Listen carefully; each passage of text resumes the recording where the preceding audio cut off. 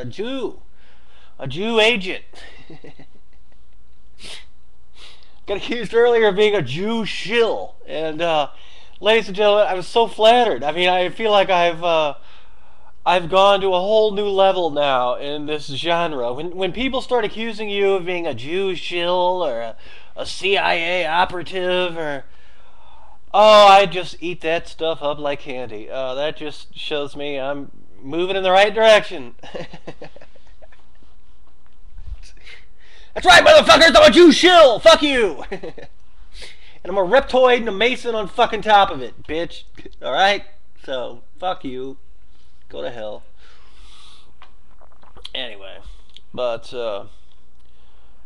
alright, yeah, so, anyway, yeah, I was gonna tell you the story about my friend, like, I told the story before, but, I don't know, for those of you who haven't heard it, it's not a real long story, but anyway, I have this friend, I don't know if he's listening right now or not. I haven't seen the guy in years. His name is Josh, but he's kind of, well, I don't know how you would describe Josh. He's sort of a hobo-type fellow.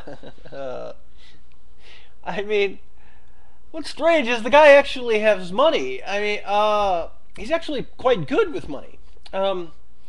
He just seems to like this weird traveler lifestyle. Quote, traveler lifestyle. He's very Freeman-esque. Those of you who don't know who the hell I'm talking about when I say Freeman, look it up, man. Look up the Freeman perspective. He's this guy had his own talk show, and in this field, this more esoteric and philosophical type field of the alternative research community, yeah, he's pretty well known. But so yeah, check out the Freeman perspective. Look that up on the internet. But anyway, Josh is a lot like Freeman. Like I mean, I know Freeman says that he's not a big fan of the dead, but that he's more of a follower of the Rainbow Tribe, and anyway, my friend Josh, yeah, I think he was sort of a deadhead, followed the dead around. I think he did the rainbow thing too, I believe, as well. And anyway, he's just a traveler. And but like I was saying, you know, it's like the guy is actually he's really lucky with money. I mean, he just made like a few like really good investments in his life, and like really lucked out and stumbled ass backward into money, and then like really just invested it here and there, and it like exploded, and so now he's like a land rich hillbilly basically.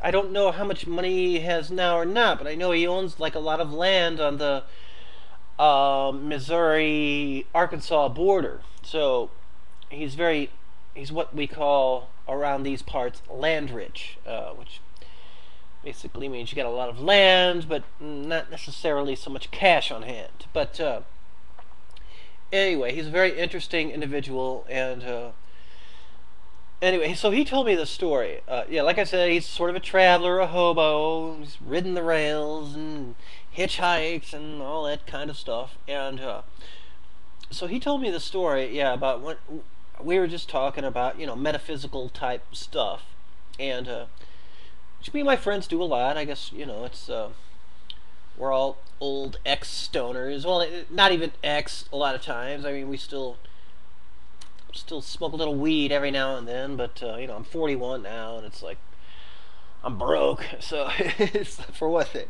I'm too broke to be a pothead nowadays. So, you know, every now and then, you know, but smoke a little bit here and there. But anyway, Josh, yeah, told me the story. He was, we're talking about the stuff, aliens and blah blah blah and whatnot, subterranean civilizations, and I just happened to mention Mount Shasta. And he's like, yeah, I've been there. And I was like, oh, yeah, well, tell me about it. And he's like, man, it was creepy. I'll tell you what. Anyway, so he told me the story, and he said that I think he was out there at one point. It was either the Rainbow Tribe were out there, or like whenever the rainbow tribe breaks up, they sort of break up into subgroups, and like a lot of these hippies will go into like the woods of the Northwest or the woods of Northern California or whatever, and do their thing out there. And yeah, so I think like a subgroup of them was out there at Mount Shasta, if not the whole rainbow gathering itself. But anyway, he said that he knew Mount Shasta was a really trippy place. He heard like all the weird legends and stories about subterranean civilizations, and he thought, and UFOs and all that kind of stuff. And he's like,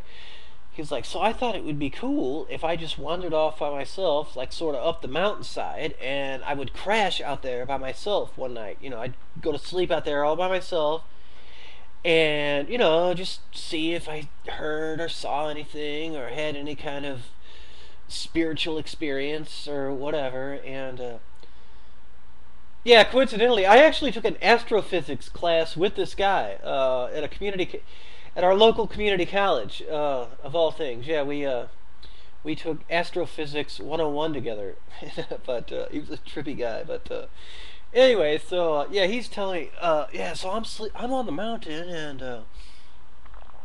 you know, I went up there with my sleeping bag, and you know, I had my backpack and a few snacks in there or whatever, and I ended up drifting off. And he's like, and then in the middle of the night, start hearing all these weird clicking noises, and I'm like, clicking noises? And he's like, what? And he's like, yeah, they're going like click, click, click, click, click, click, click, click, click, click, click, click. And I was like, what the hell are you talking about? He's like, I don't know what the hell it was. And I was like, well, did you say anything? And he's like, no, I started hearing all that clicking, all the clicking noises, and I was out of there. I ran down the side of the mountain. He's like, so. Anyway, I wish the story got more involved. I mean, I could have, you know, I could have expounded on that and elaborated on the story and added my own bullshit, but that was about its. Anyway, he heard a bunch of clicking noises, and it freaked him out, and he ran off the side of Mount Shasta, back down to where all the other hippies were. So he sought comfort in the sanctuary of other hippies. So good old Josh. So anyway, Josh, if you're listening, hey buddy, give me a call, 636-946-3688, 636-946-3688. Yeah, it really wouldn't surprise me if he was listening. I don't know, he's a strange cat, but I'm on a totally different, well, not a totally different part of Missouri right now than he is, but I think right now he's in northern Arkansas, right on the border of Missouri. I'm like at mid-Missouri, on the border of Illinois. So we're a distance away from each other. But so anyway, I promised I would tell that story, and I did. So now I'm going to get more into this Havmasov stuff, and let's do that, man.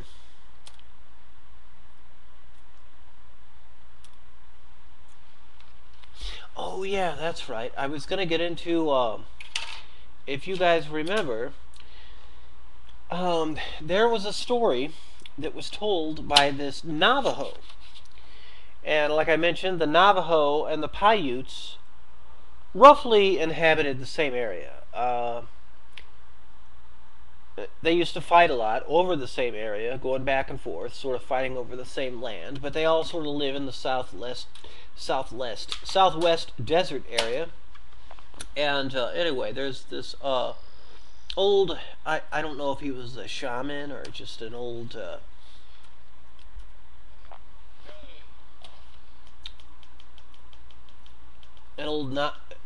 just an old man of the tribe or what, but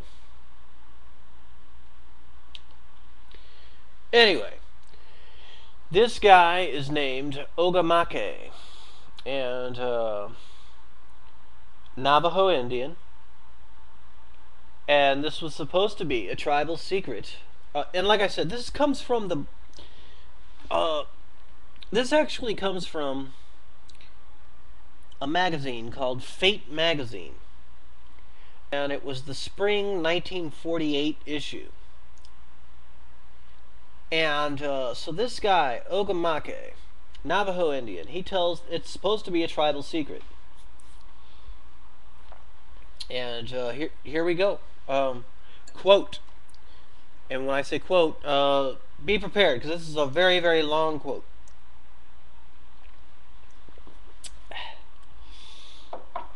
All right, this is Ogamake, the Navajo. From 1948. Most of you who read this are probably white men of a blood only a century or two out of Europe. You speak in your papers of the flying saucers or mystery ships as something new and strangely typical of the 20th century. How could you but think otherwise? Yet if you had red skin and were of a blood which had been born and bred of the land for untold thousands of years, you would know this is not true. You would know that your ancestors living in these mountains and upon these prairies for numberless generations had seen these ships before, and they had passed down the story and the legends which are the unwritten history of your people. You do not believe? Well, after all, why should you? But knowing your scornful unbelief, the storytellers of my people have closed their lips in bitterness against the outward flow of this knowledge. Once again, I'd just like to say this, if you're just tuning in, this is a story told by an old Navajo Indian, Onamake, from the Navajo tribe. And so he goes on to say, "Yet I have said to the storytellers this, now that the ships are being seen again, is it wise that we, the elder race, keep our knowledge to ourselves? Thus, for me, an American Indian, some of the sages among my people have talked, and if you care to, I shall permit you to sit down with us and listen. Let us say that it is dusk in that strange place which you, the white man, calls Death Valley. I have passed tobacco to the aged chief of the pipe." Oh, okay, end quote. Yeah, the guy. Okay. Then the guy goes on. Okay. I passed tobacco to the aged chief of the Paiutes, who sat across a tiny fire from me and sprinkled cornmeal upon the flames. Okay, then Onamake goes on to say, the old chief looked like a wrinkled mummy. Oh, wait, no, this is the interviewer's quote. Okay. The interviewer goes on to say that the old chief looked like a wrinkled mummy as he sat there puffing upon his pipe. Yet his eyes were not those of the unseeing, but eyes which seemed to look back on long trails of time. His people had held the Inyo, Panamint, and Death Valleys for untold centuries before the coming of the white man. Now we sat in the valley which white man named for death, but which the Paiute calls Tomisha, the flaming land. Here before me, as I faced eastward, the funerals, which are actually the name of mountains that form Death Valley's eastern wall, were wrapped in purple-blue blankets about their feet, while their faces were painted in scarlet. Behind me, the Panamints rose like a mile-high wall, dark against the sinking sun. So these guys are right there. He's conducting the interview right there in Death Valley, and paints a pretty picture. But, all right, so the guy goes on to say, the old Paiute smoked my tobacco for a long time before he reverently blew the smoke into the four directions. Finally he spoke. You ask me if we heard of the great silver airships in the days before white man brought his wagon trains into the land. Yes, grandfather, I come seeking knowledge. Oh, okay. I guess the interviewer was actually a Paiute, or I think it was either a Paiute or a Navajo. Among all tribes of my people, grandfather is the term of greatest respect, which one man can pay to another. We, the Paiute nation, have known of these ships for untold generations. We also believe that we know something of the people who fly them. They are called the Havmasuvs.